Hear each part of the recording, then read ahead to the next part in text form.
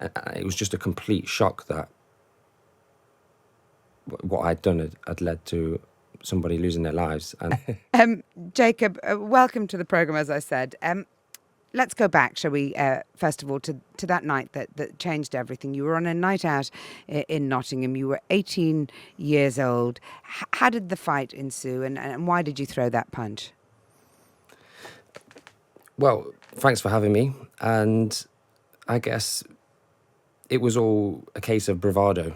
What we see too many times on weekends out, lads getting a bit too drunk, thinking they can, have a fight and everyone goes home and nothing bad will ever happen.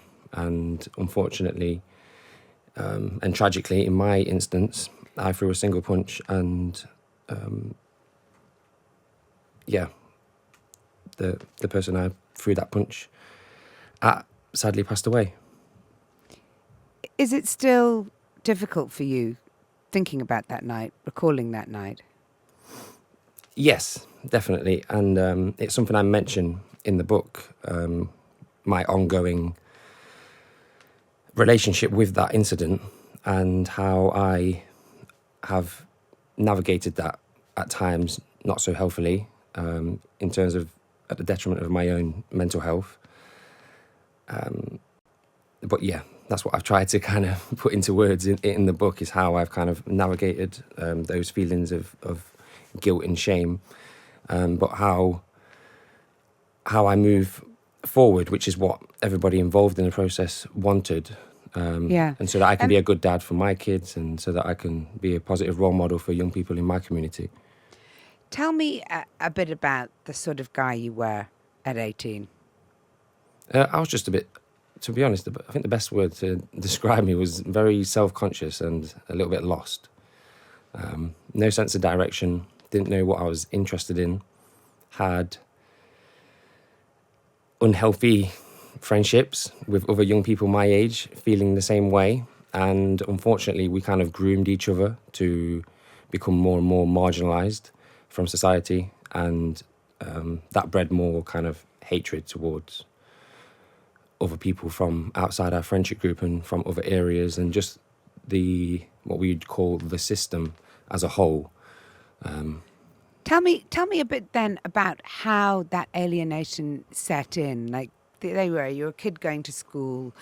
You're what age when you start drifting in a direction that probably your parents weren't too thrilled? Just tell me a little bit about that. Primary school was fine. I think for me it was that transition from primary school to secondary school, and just all the social anxiety that lots of young people feel about, what friendship groups do you want to fit into, having to know what you're going to do with your life, what you should be interested in, who you are as a person. And I ended up just becoming the class clown in school, to be honest. And unfortunately then I was diagnosed with some diagnoses such as ADHD, dyslexia, and somewhere on the autistic spectrum. And I kind of then used that as an excuse not to try anymore in education, because I was like, oh, well, I'm dyslexic. There's no point in me trying in English, or I've got ADHD, so there's no point in me trying to pay attention, and putting that extra work ethic in. And so I just kind of drifted off like that. And then eventually I got excluded from school, and just had a really toxic relationship with education, really. Although now I'm a, academic. You've got a degree, haven't you? Yeah, I've got a first-class honours in criminology, and I'm a bit of a geek, to be honest. So. Well, but that just goes to show, doesn't it? Which is why I'm digging back a little bit at first, if we could, because I wonder what you think the system could have done differently for you at that stage, because that's obviously the stage that we would have wanted to capture Jacob Dunne, isn't it? And reinvest him in his own life. Exactly. If we're thinking about prevention, it would have been to try and keep me connected to some form of healthy relationships, or invested in some sort of parts of society, school, a boxing coach, a football coach, some sort of positive activities that would have kind of kept me connected to society, I guess, and not drifted off.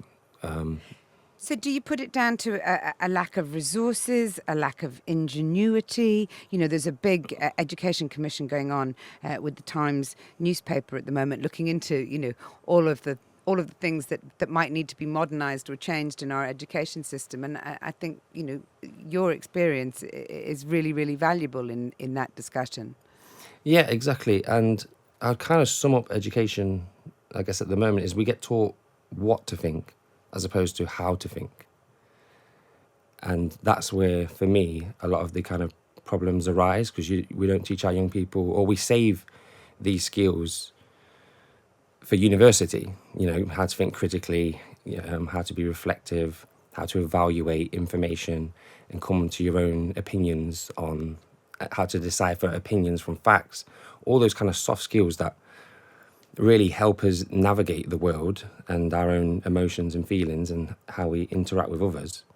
That all seems to be saved for later in life. If I was just put something in a nutshell, because I sadly had to learn how to communicate once everything went wrong in adulthood.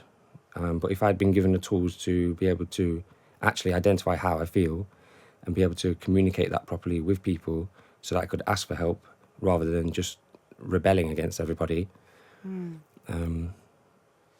You say in the book that you never had any childhood dreams. To quote you, there was no direction and no hope, only a festering disdain for a system that offered people like me nothing other than what they were born into. Was it as bleak as that? Sadly, yes.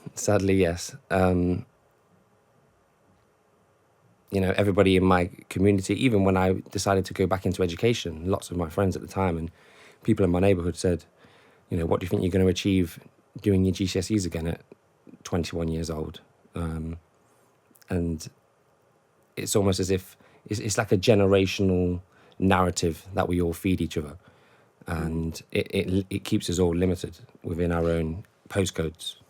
You talk about your postcode in the book. You open the book talking about the Meadows estate in Nottingham, which you describe as the lens through which you see life. Tell me a little bit about growing up there, because you use your 6th birthday party as an example of the kind of environment it was. Yes, exactly. My mum had managed to get me to, a primary school that wasn't in my local area. And so I invited a lot of my school friends round for a birthday party. But we spent most of the evening looking over my garden fence at a few cars being set on fire and fire engines being called out. And then my friends' parents would come to collect them in kind of, I guess, a state of shock as to what their kids were coming and witnessing at my house. Last time they're going on a sleepover to your house. But I do love the place as well. I know it's hard to find that right balance between, the good folk, because it's always a minority of people in any neighbourhood that give it a bad reputation. But there's definitely issues there. And I suppose all of that exacerbated by the fact that your parents divorced, I think, when you were 7, so a year after that birthday. What impact did that have on you? I think I was quite traumatized, actually, because I remember going to contact centres to try and build a relationship with my dad, and for whatever reasons, me and mum would end up running away, and I didn't see him properly again until I was 16. So in adulthood, I've had to put a lot of work in to build that relationship with him. But I definitely think I missed something, whether it was that male role model, that person who, I guess, because I unfortunately, and this is what I say in the book and what I hope young people could maybe take from the book, is that I didn't have anywhere near enough respect for my mum as I should have. And maybe that was because I could, as a growing up teenager, kind of disobey her and I guess, really not be disciplined and rebel against her. And so my message for young people would be to kind of, you know what, do the pots for your mum, tell your mum that you love her, and try not to worry her too much with whatever it is that you're doing. You're going to be the patron saint of mums across the country. Was it that absence of a male role model, do you think, that contributed to you becoming aware and then involved in gang culture on the estate? I would say yes, but I wouldn't want to put it just specifically on male role models, because there are so many absent male role models. What I would say rather is that it's about the communities that we're a part of, and the communities that we're a part of, and the sports clubs and the teachers, and making sure that we have positive relationships in those settings. And if we can find positive male role models, then I'm sure that they will play a massive part in helping young men navigate the difficulties of becoming a man. We were talking about, growing up on the estate in Nottingham and so on, and we touched on briefly, how you became involved in gang culture. In the book, you say that knives were everywhere. Do you remember when you started to feel that the threat of violence hung over you, and it was either something you had to embrace, or I'm not sure what the other solution would have been? Well, I tried to navigate that tricky line the best I could without having to carry knives myself. I know in the book I describe how I kind of kept one foot in gang culture and one foot out, because, I was always aware once knives started being carried more, even by my own friendship group, that the risk completely kind of just spiraled out of control. And I would say that kind of corresponded with the emergence of social media, really. I'm in that funny generation as a 30-year-old now. So in secondary school, social media, Facebook and everything came out. And around that time, more and more people were becoming a lot more self-conscious about their reputation in front of their friends. Their egos were getting even bigger.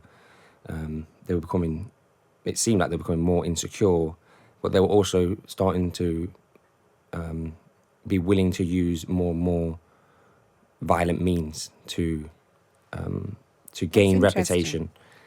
You draw a correlation with the rise of social media and the rise of that kind of disregard for rules and the sort of erroneous inflating of people's sense of who they should be. Let's go back to your story. After the night of the fatal punch and James's tragic death, you fled the scene. Tell me why you eventually handed yourself into the police. I eventually handed myself into the police. I think it was a month after the incident that some of my friends started getting arrested, and there was a bit of hearsay at that moment when some of my friends were being arrested because they were more known to the police than me. And what for that crime they were being arrested? Suspicion of it being for that crime, but I hadn't heard it directly from anybody. And then as the inquiries continued, I remember getting a call off my mum's landline house number, and it was the police, and they were in my mum's house, and they said, Jacob, nothing to worry about. Come on down to the police station, and we've just got a few questions that we need to ask you. And I went and handed myself in as they asked, and that's when I was took into the police interview room and told at that time that I was being arrested on suspicion of murder, and that the man that I had punched a month previously had sadly passed away from his injuries as he fell over and hit his head on the floor. And What did you feel, Jacob? At that time, just complete disbelief. As I said, I'd witnessed multiple stabbings. I'd been stamped on by big gangs of other lads. It was just a complete shock that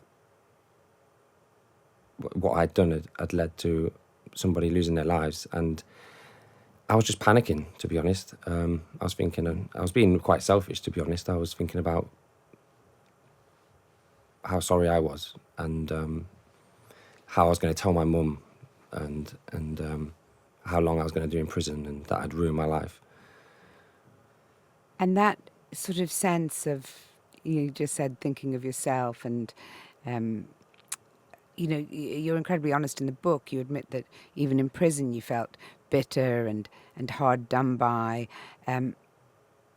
Did any of that experience help you see things any clearer, or was it an entirely negative 14 months? I think when the news was first broke to me, as I just said then, I had a bit of almost an epiphany that, hang on a minute, the choices that I was making have led me to this, but now I realise that this isn't really what I've wanted. But in reality, when you live in that life and you're choosing to hang around with those people and hold those values, it's a ticking time bomb, and it's always something bad's always going to be waiting for you. But unfortunately for me, once I was put into custody, I was in an environment where everybody had those same values and same beliefs around criminality, around normalization of violence. And so there was something that used to really, there was one part of my story that I used to kind of blame, to try and not take responsibility, and that was because one of my friends had snitched to the police. And so I used to tell my fellow prisoners about that, and I knew automatically that they would give me that gratification that I was looking for, that I was right to feel aggrieved by that process. And so I ended up just becoming more and more bitter in prison and not really taking responsibility. And so the big turning point really for you came when your probation officer told you that James's parents wanted to meet you. What was your reaction? Why did they want to meet you? I was told that they wanted to meet me simply because they had questions in relation to that night and the aftermath of that night that only I was able to answer. And that put me in a situation where I said I'll go away and think about it for a week. But deep down, I always felt like that was the right thing to do. And I also, when in the past, even when I was in prison, when I tried to think about them and James, I didn't know what to do with those thoughts. I didn't know how to safely think about that stuff without knowing the real impact of what had happened, how they actually were feeling, what he was like as a person. All that kind of unknown kind of made it even more difficult to try and think about and take responsibility for. So it was almost a little bit of a lifeline as well, even though I knew it was going to be extremely difficult to hear. I think at that moment in time, it's what I needed to hear in order for me to truly know what had happened and what in order for me to kind of reassess my life and think about how I was going to live the rest of it. So tell me about meeting them and the extraordinary relationship that developed with Joan and David, James's parents. It's hard to put into words. We heard. So they rescued you. Yeah, they held me to account. Really, their courage to hold me to account helped me start to reevaluate my own self, because I had to answer questions. Why did I throw that punch? Did I? Was there an issue with a girl? Did someone spill a drink on someone? All those little stupid things that some people end up getting into fights for. And I couldn't say yes to any of those things. I had to say it was because I wanted to protect my friends, even though I wasn't protecting my friends. I was just simply throwing a front to try and get brownie points from my friends, so that they knew that they could count on me in future incidents. And that was horrible to have to kind of admit. And once you'd confronted that, though, how did a relationship carry on? Yeah, so we kept talking. I answered all their questions. I listened intently to the true impact that he'd had, what James was like as a person and his personality. And once you hear that kind of information, you've got to be, I would say you've got to be quite mentally ill not to kind of just resonate with you and bring out the humanity within you. And then they were concerned that I was just going to continue living the life that I was going to live with no hope. And so they said, what is it that you're going to do with your life now? And I guess that was the kind of springboard for me. It was that the people who I'd harmed the most were the ones that judged me the least. And that gave me the confidence to start trying to believe in myself and start trying to heal myself, because it's often hurt people that go around hurting people. And so I needed to sort myself out, start being kinder to myself, and starting that journey of piecing my life back together one step at a time. And I said to them, I'm going to do my GCSEs again, and took it from there. And then, I guess. And now you have a first in criminology. You work to stop gang violence. You're involved with the Reset pilot scheme. You're married with 2 children. Do you wake up some days and find it all a bit unbelievable? Some days, yes. And other days, I quietly, give myself a hug, I guess, if I could. And the way I do that now is, I'll go for a walk. I'm a big, I celebrate a lot of nature, history. Even before I came here, I was walking around London, staring at churches, and, and I guess what I'm trying to say is, sometimes on the one hand, having gratitude for the privilege that I've had to have had the conversations and the experiences that I've had to help me transition away from that lifestyle. But as you say, sometimes needing to pinch myself to actually realise how far I've come, and all the work that I've had to put in to get here. And just finally, Jacob, and thank you so much for telling us your story. I know it's still difficult and raw and painful, even having lived it and then written the book and all of those things. What's the biggest thing that you've taken out of your experience? I mean, I think the whole idea of restorative justice is such a potent one, and it's one we don't maybe talk about often enough. I'd say in a nutshell, it's about healthy communication. If I'd learnt those skills as a youngster, I may not have made as many mistakes. I may have been able to ask for help, and I would have been able to realise, what my problems were, instead of blaming everybody else and getting frustrated because, for example, I didn't have the right words to even explain it. And that's another thing about education, is I was illiterate. And I think sometimes we don't appreciate how powerful words are. Now my vocabulary is, extended, and you've become an academic. But learning all of that has helped me become more emotionally aware. It's made me better at being able to communicate and at resolving my own problems.